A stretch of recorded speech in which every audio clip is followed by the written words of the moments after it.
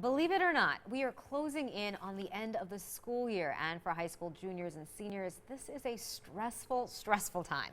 Not only are they applying to colleges, but many of them have to worry about those college interviews. So to help out, we asked Victoria Bartley from the Meadow School to come in this morning. Good morning. Thank you for joining us. Thank you. You're actually a college counselor. So Yes. tell us, what are colleges looking for? Colleges, it's important to remember that they're looking at a lot of different factors when they're deciding to admit an applicant. So one of the most important things is obviously academics. So you want to be academically qualified for a very selective school, right? But once you're academically qualified, there are a number of personal factors that go into the decision-making process. And that's a lot of where students can really shine, is in personal interviews or in the extracurriculars that they do, or the activities and the service that they do outside of their academics. Okay, so that's definitely something that you should be highlighting. Definitely. So we at the Meadow School make sure that our students are doing a number of things. One, we have very challenging, rigorous courses, so they're getting to be better students, well prepared for college.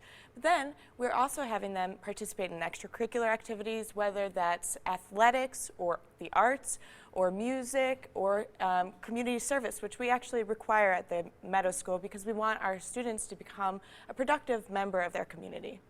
So it's really easy to get nervous before an interview. It's very stressful. Yes. But I feel like once you already have made it to that process, they think you're at least qualified, so that should ease a little bit of the tension there.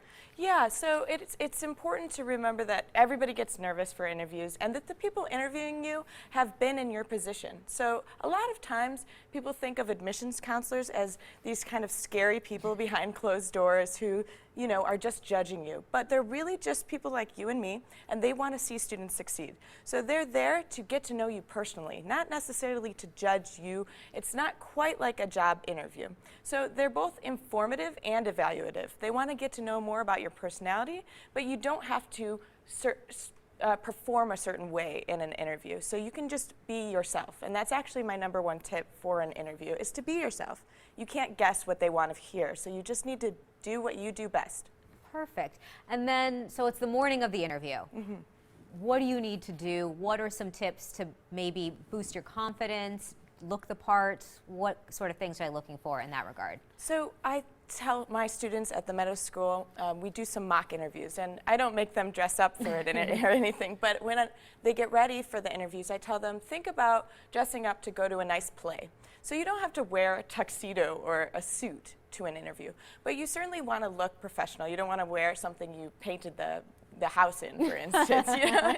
You want to look a little presentable. You want to look at your best. But it's okay to have some personality. So I've had students ask me before, do I need to dye my hair a certain color if it's got like blue tips on it? And I say, no, you know, that's part of who you are. So be who you are, and the college that is a good fit for you is going to understand that. Well, some great advice. And if you missed any of that, we have everything up on our website. We'll put this entire interview, all the tips, online just a little later this morning. Thank you so much for waking up with us. Thank you. All right, we'll be right back.